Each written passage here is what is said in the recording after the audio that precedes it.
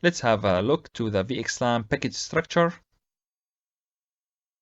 In VXLAN, the original packet is encapsulated at a source VTIP with an outer header, where the outer header references the source and destination locations. The underlay network devices, or spines in this case, forward the packet based on the outer header, while they are not aware of the original payload inside, or the inner header. At the destination VTIP, the overlay header, or the outer header, is stripped off, removed, and the packet is forwarded based on the inner header again. So here switch 2 will forward the original frame or the inner packet according to the inner details, like destination MAC address, where the inner header references the source and destination end host identities. Here we have the format, outer header and inner header. This is the inner header or the original layer 2 frame. So this is the destination MAC address for H2. And this is the source MAC, which is the source MAC of H1, right? And we have the VLAN tag, Ethernet type, and the payload, which most likely will be the IP payload. And last thing is the CRC to check the frame integrity. In the outer header, we have VXLAN header and outer UDP header, IP header, and MAC header. All of them are part of the outer header, where the underlay devices like spines will use this header to forward the encapsulated packet. For the VXLAN header, we have VXLAN flags, reserved bits, and VNI. As mentioned before, this is 24 bits allows for more than 16 million possible segments. For the outer UDP header, we have source and destination port numbers, UDP length, and checksum. Destination UDP is always the VXLAN port, which is 4789. But for the source, it is based on the hash of the inner layer 2, layer 3, and layer 4 headers. Why it is hash in the inner header, we will look at this later, but basically it is used for equal cost multipath. Then we have the outer IP header. The most important thing here is the source VTIP IP address and destination VTIP IP address. In this case, switch 1 VTIP IP and switch 2 VTIP IP address, the /32 IP loopback interface. And last thing is the outer MAC address, destination MAC, which is the next hub address, and this is the address of the other end on the link.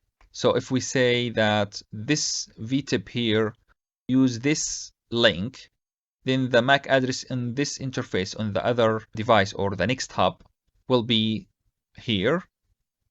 And the source MAC will be the source MAC of the link here, the interface used, okay? Which is unlike the outer IP header, because here we use the VTIP source and destination, which is the loopback interfaces, okay? VXLAN encapsulation adds 50 bytes overhead. We have 8 bytes VXLAN header, 8 bytes UDP header, 20 bytes outer IP header, and 14 bytes outer MAC header. So all of them are 50 bytes. Sometimes we add additional 4 bytes for VLAN tag in the outer MAC header, in case we use sub-interfaces between leaves and spines, and that sub-interfaces required .1q tag. Let's have an example. Here we have switch 1, which is leaf 1, switch 2. This is their VTIP addresses, 10.11.51, 10.11.52 for switch 2. Both use VLAN 10. For host 1, which is connected to switch 1, this is the MAC address, this is the IP address, okay? For host 2, the same thing. So host 1, ping host 2 IP address. This is the ICMP ping message. Source address is this one here. 3D98. The destination address ends with 8075, 8075 here. Then we have the IP protocol header, source IP 10.0.0.11, which is the IP address of H1, and destination is 10.0.0.12, which is the IP address of host 2. Okay. Then switch 1 will do the encapsulation. We have the VXLAN header, and this is the VNI, 100,010. Okay, this is decimal value. Also, we have some flags. Then we have the UDP packet.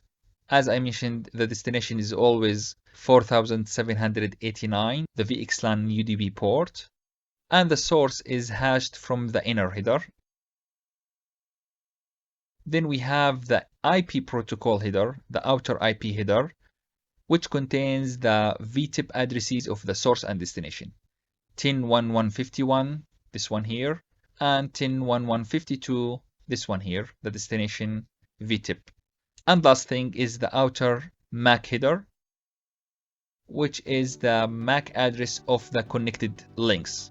So the source address is the 1A7C, which will be one of the links connected to the spines, and destination MAC is this one here, which is one of the spine interfaces MAC addresses. Okay. Thanks for watching.